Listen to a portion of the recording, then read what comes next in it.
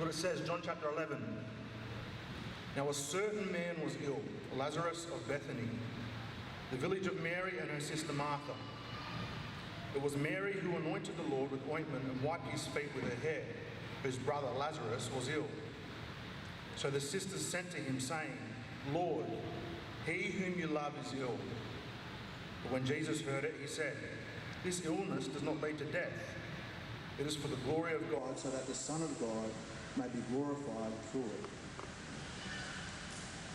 Now Jesus loved Martha and her sister and Lazarus.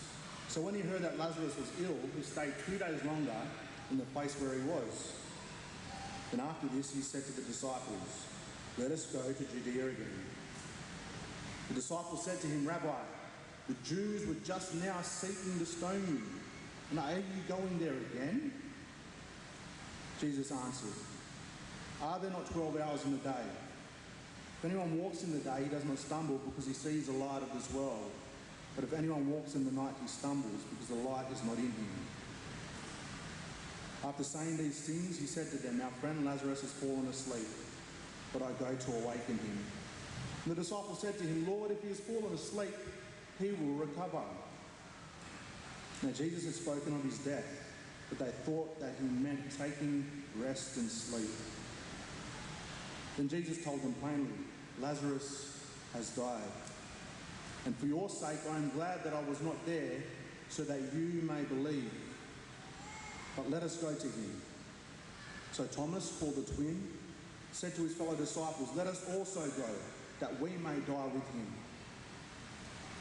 Now when Jesus came, he found that Lazarus had already been in the tomb 4 days. Bethany was near Jerusalem, about 2 miles off, and many of the Jews had come to Martha and Mary to console them concerning their brother. So when Martha heard that Jesus was coming, she went and met him, but Mary remained seated in the house. And Martha said to Jesus, Lord, if you had been here, my brother would not have died. But even now I know that whatever you ask from God, God will give you. And Jesus said to her, Your brother will rise again. Martha said to him, I know that he will rise again in the resurrection on the last day. And Jesus said to her, I am the resurrection and the life. Whoever believes in me, though he die, yet shall he live. And everyone who lives and believes in me shall never die. Do you believe this? She said to him, Yes, Lord, I believe that you are the Christ, the Son of God who is coming into the world. When she had said this, she went and called her sister Mary, saying in private, The teacher is here and is calling for you. And when she heard it, she rose quickly and went to him. Now Jesus had not yet come into the village, but was still in the place where Martha had met him. When the Jews who were with her in the house consoling her saw Mary rise quickly and go out, they followed her, supposing that she was going to the tomb to weep there. Now when Mary came to where Jesus was and saw him, she fell at his feet, saying to him, Lord, if you had been here, my brother would not have died. And when Jesus saw her weeping, and the Jews who had come with her also weeping, he was deeply moved in his spirit and greatly troubled. And he said, Where have you laid him? They said to him, Lord, come and see. Jesus wept. So the Jews said, See how he loved him. But some of them said, Could not he who opened the eyes of the blind man also have kept this man from dying? And Jesus, deeply moved again, came to the tomb. And it was a cave, and a stone lay against it. And Jesus said, Take away the stone.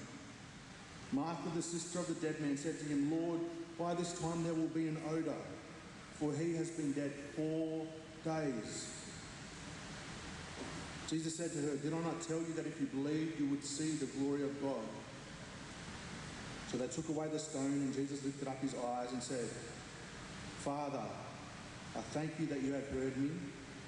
I knew that you always hear me, but I said this on account of the people standing around, that they may believe that you sent me. When he had said these things, he cried out with a loud voice, Lazarus, come out.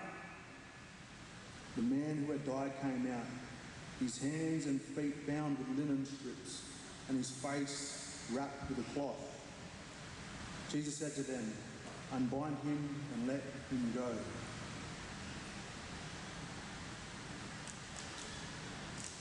I can remember when I was a much younger Christian, and I'd come to convention and I'd hear some great preachers here. And they would come and preach the gospel, and heaps of people would come down the front and put their faith and their trust in Jesus. I can remember myself when I was one of those people. I was saved at one of these conventions many, many years ago. And for that, I'm so thankful for the ministry of the AEF. For those of you who don't know me, my name is Nathaniel. I'm Nathan, I'm Neville's son, Kathy's son. All the locals here in Port Augusta should know me. I grew up, spent 8 years of my life at Army Warrior there. I can remember the place as it was back then when we were there. It was lovely green grass. We used to sit in and get chased by all the dogs out there. On the bikes trying to ride, keep away from them. In my family, they call me Jamal. I'm married to my wife, Pippi, who's here with us, and we live in Sydney currently, where she's a school teacher. And I'm in Bible college in my 3rd year. I'm about to go into my 4th year.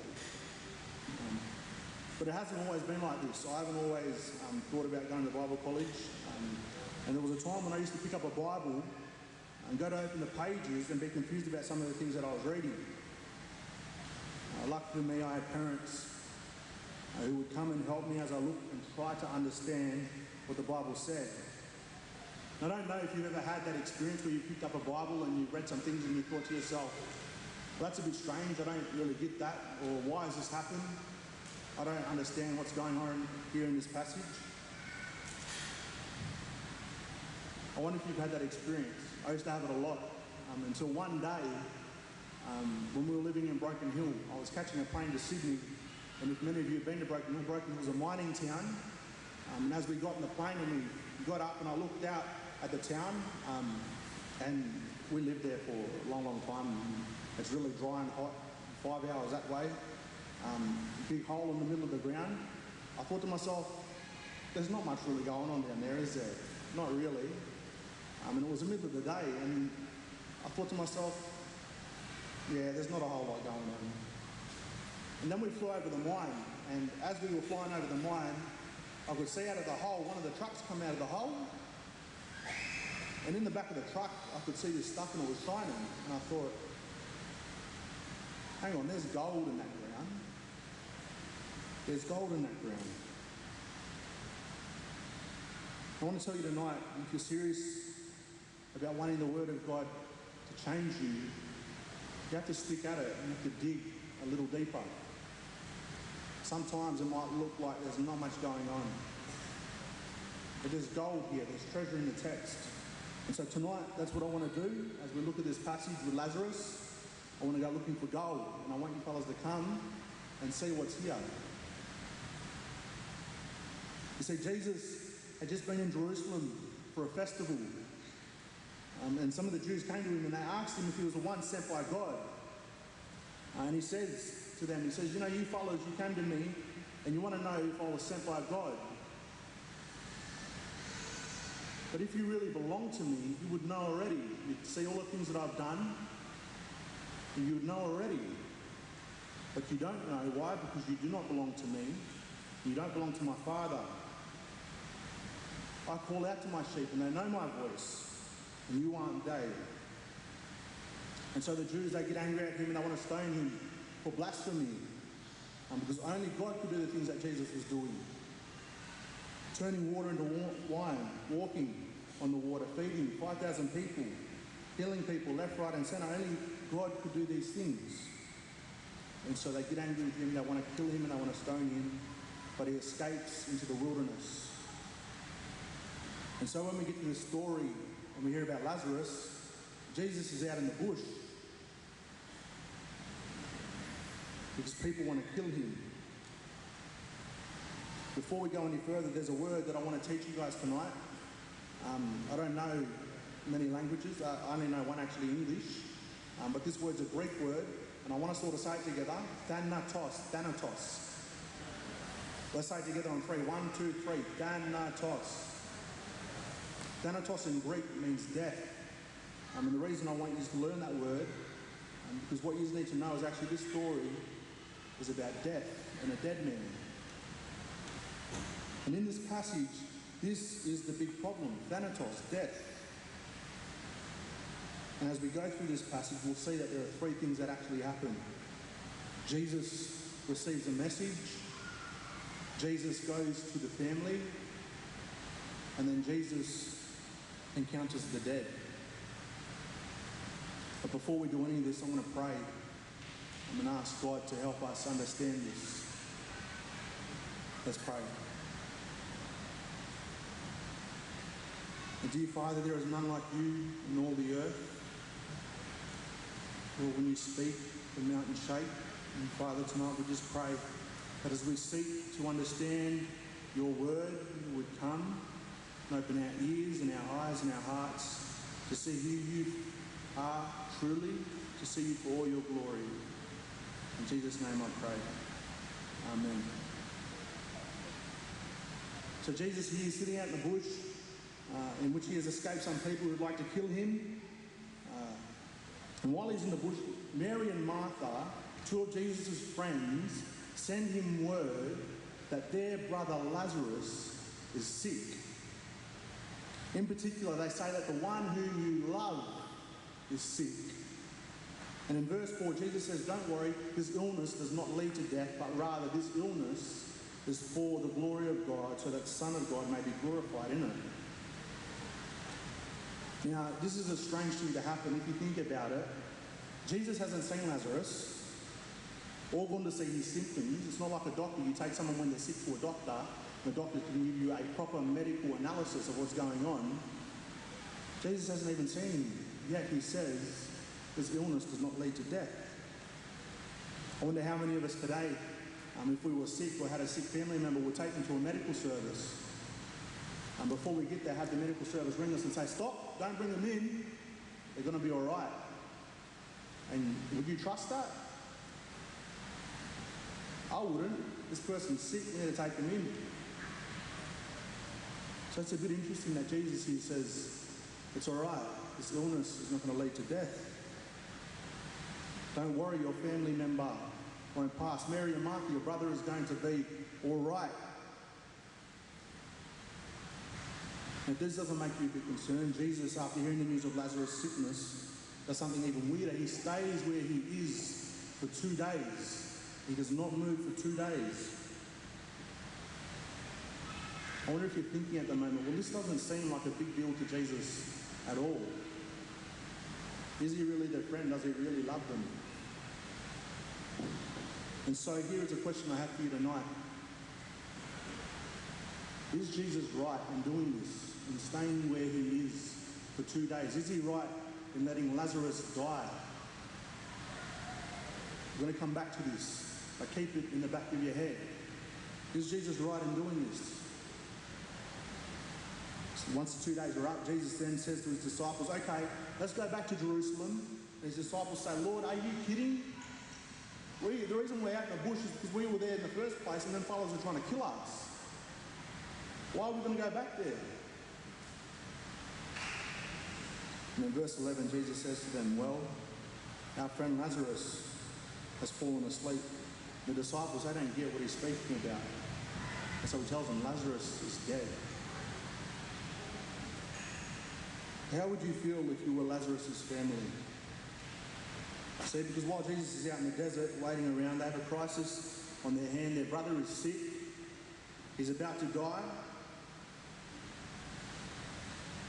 What if this is your brother? What if this was one of your family members? Now, I don't want to stand up here and talk to, your mob about death. Our mob, we die younger than other people in the world, than most people in the world. We have extreme poverty rates. Our men and our women are locked up quicker and stay in jail longer than any other people in this country.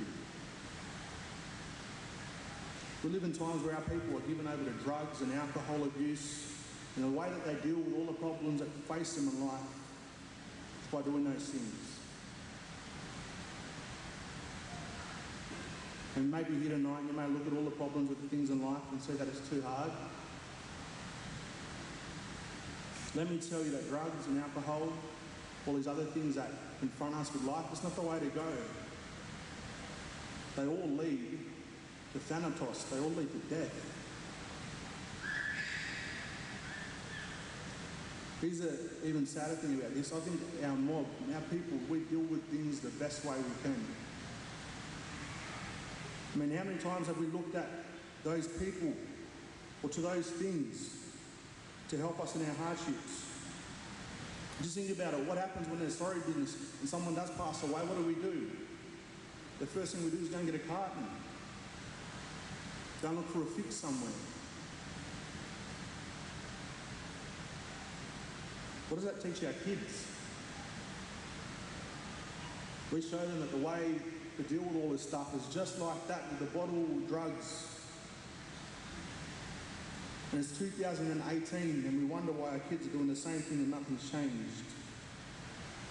My wife and I, we live in the inner west of Sydney, about 5 minutes from Redfern. Near Redfern, there are 4 towers, 4 housing commission towers, these massive buildings, hundreds and hundreds of people living in them. You know what they call them? Suicide towers. The amount of people that take those lives in those towers every year, that's how they got that nickname. Now, I'm not trying to point the finger at anyone here. All I'm trying to say is that when hardships come in our life, when we are faced with problems in our life, when we are faced with death in our life, we look to everything else but Jesus. We try to deal with it in every other way except Him.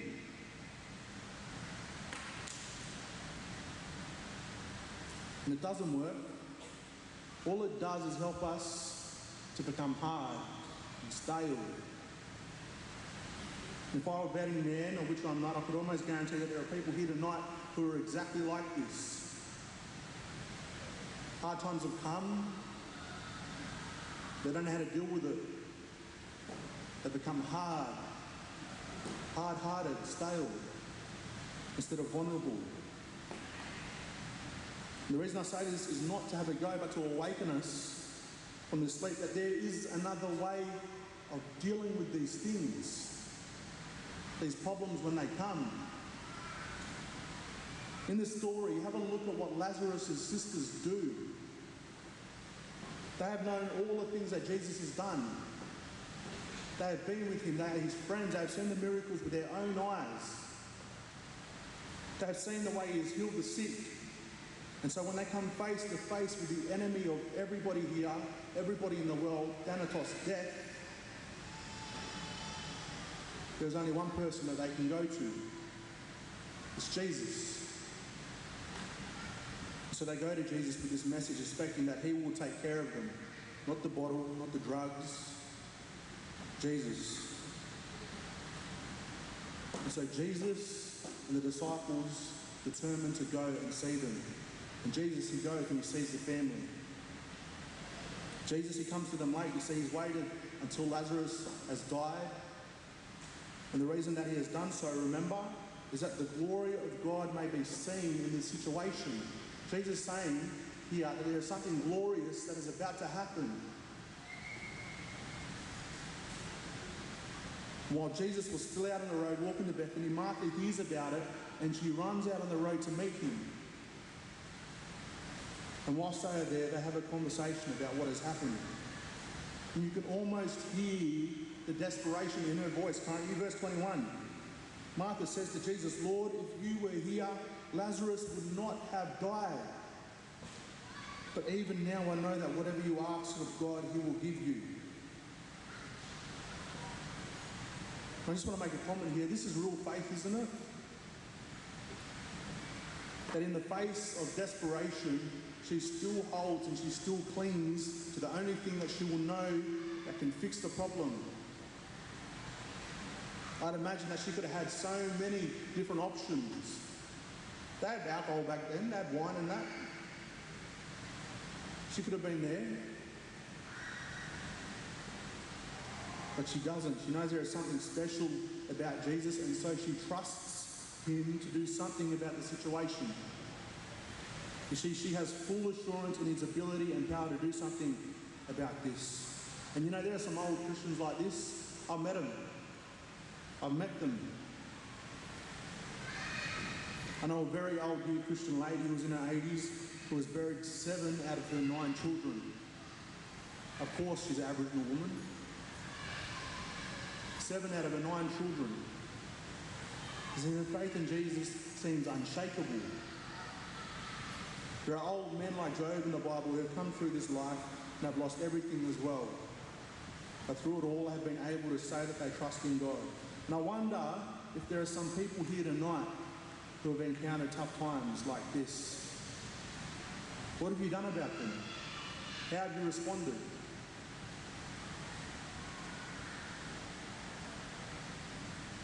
If this was you in your moment and Jesus had come to you and you had gone to meet him out the road, you ran out the road to see him, what would you be expecting him to do?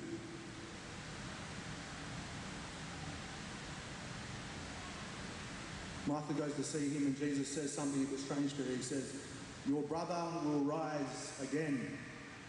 And Martha, who believes there will be a resurrection of the dead, says, "I know, Lord, he will rise when God comes back. When the Lord comes back to establish it, that's when he's going to rise." And Jesus says, "No." He says, "I am the resurrection and the life." Mary's situation is quite similar, and she comes after she hears that Martha has already gone out and says the same thing, except you see her out of desperation. When she comes, she falls flat before Jesus. She is helpless and hopeless.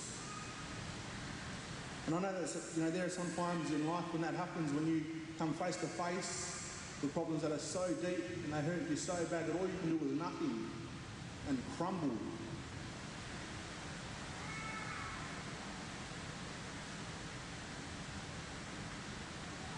Here we get 2 very different pictures. Martha, who believes without a doubt that if Jesus asks God to do the impossible, he will do it. And Mary, still trusting Jesus,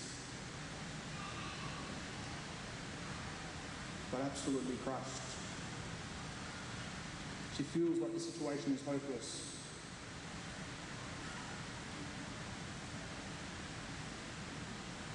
Would you trust Jesus if you knew them like this?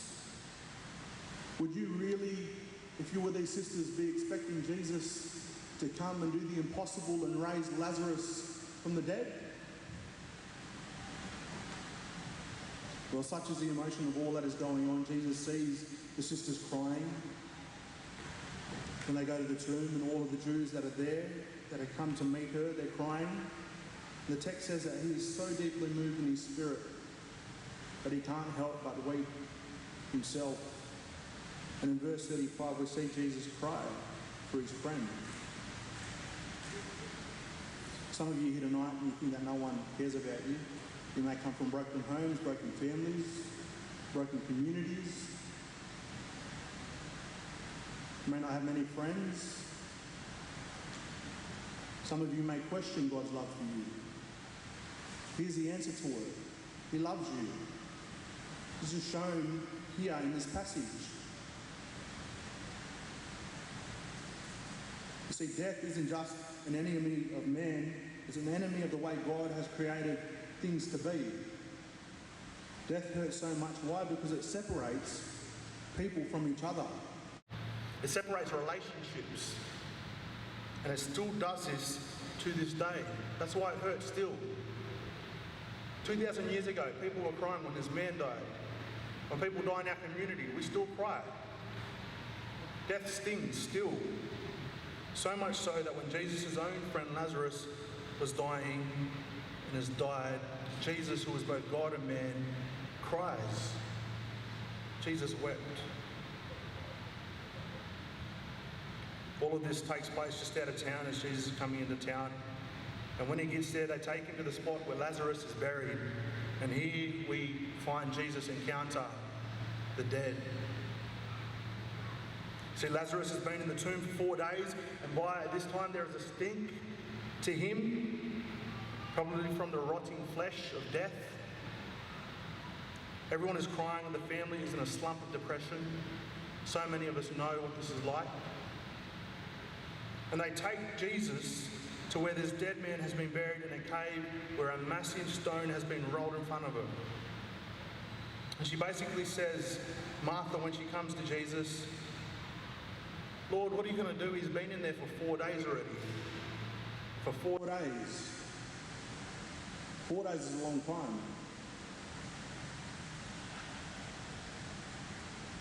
What do you want to do, Jesus? He's dead. Jesus' response, he reminds you, he says, did I not tell you that if you believed you would see the glory of God?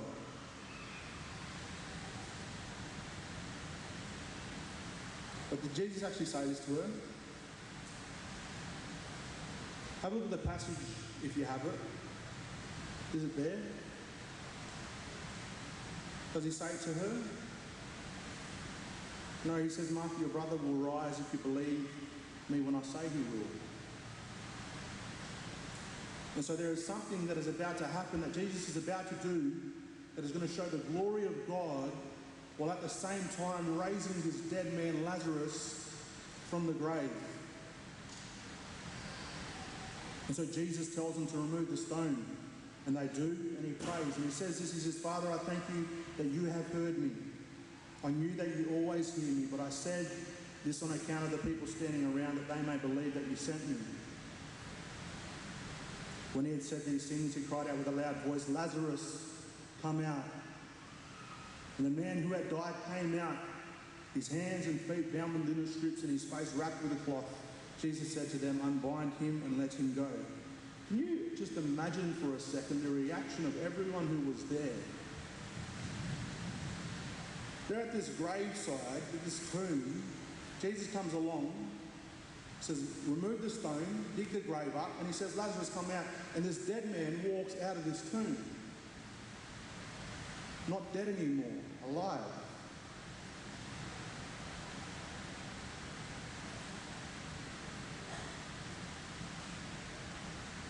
My question about the passage is still this though. Was Jesus right in doing this? Was he right to let Lazarus die? You see, it is one thing to snatch someone from the jaws of death, but it's another thing entirely to let them go down into the belly of death and die, and then raise them to life. In verse 42, Jesus says that he does this so that the people standing around may hear it and that they may believe it. And tonight, if I was to ask you, go home and read this passage again and come back to me and tell me, what do you think the climax of this passage is? What do you think the high point in this passage is? I wonder what you'd say to me. I think many of you would come to me and say, well, the height of this passage, the climax of this passage is actually Lazarus when he comes out of the tomb. That's amazing. This dead man walks out of the tomb. This dead man who was once dead is now alive.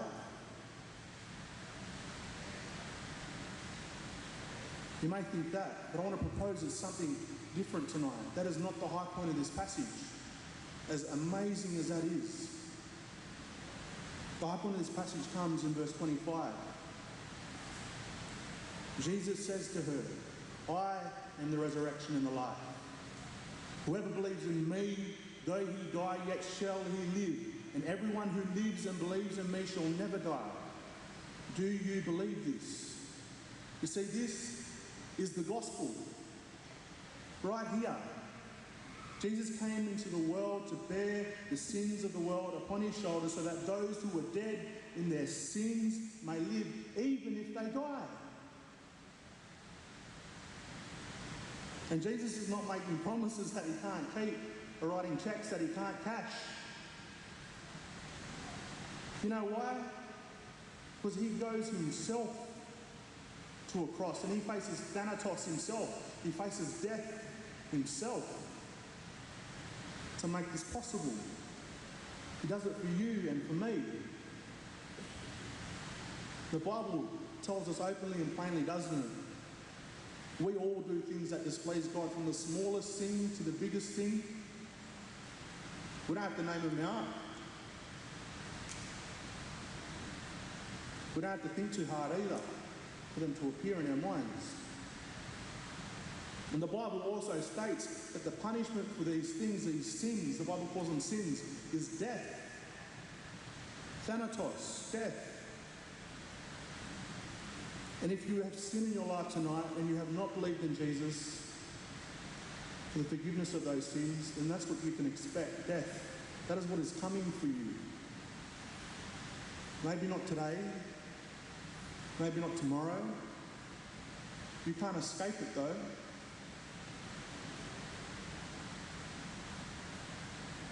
But let me tell you tonight, if you are here and you have put your faith in Jesus and what Jesus has done for you at the cross, if you are here and you have asked him to take away your sin, even if you die, you will live. You will live. And so, as the musicians come back up, maybe there's someone here tonight who hasn't done this and wants to do this. If you're here tonight and want to do this, come out to the front. I'm going to be standing just here. Come up to me, meet me, speak to me and say, I want to do this. I want to put my trust in Jesus for the forgiveness of my sins. I want to know that even though I will die, I will live, because I have trusted in him, the one who has the power over death.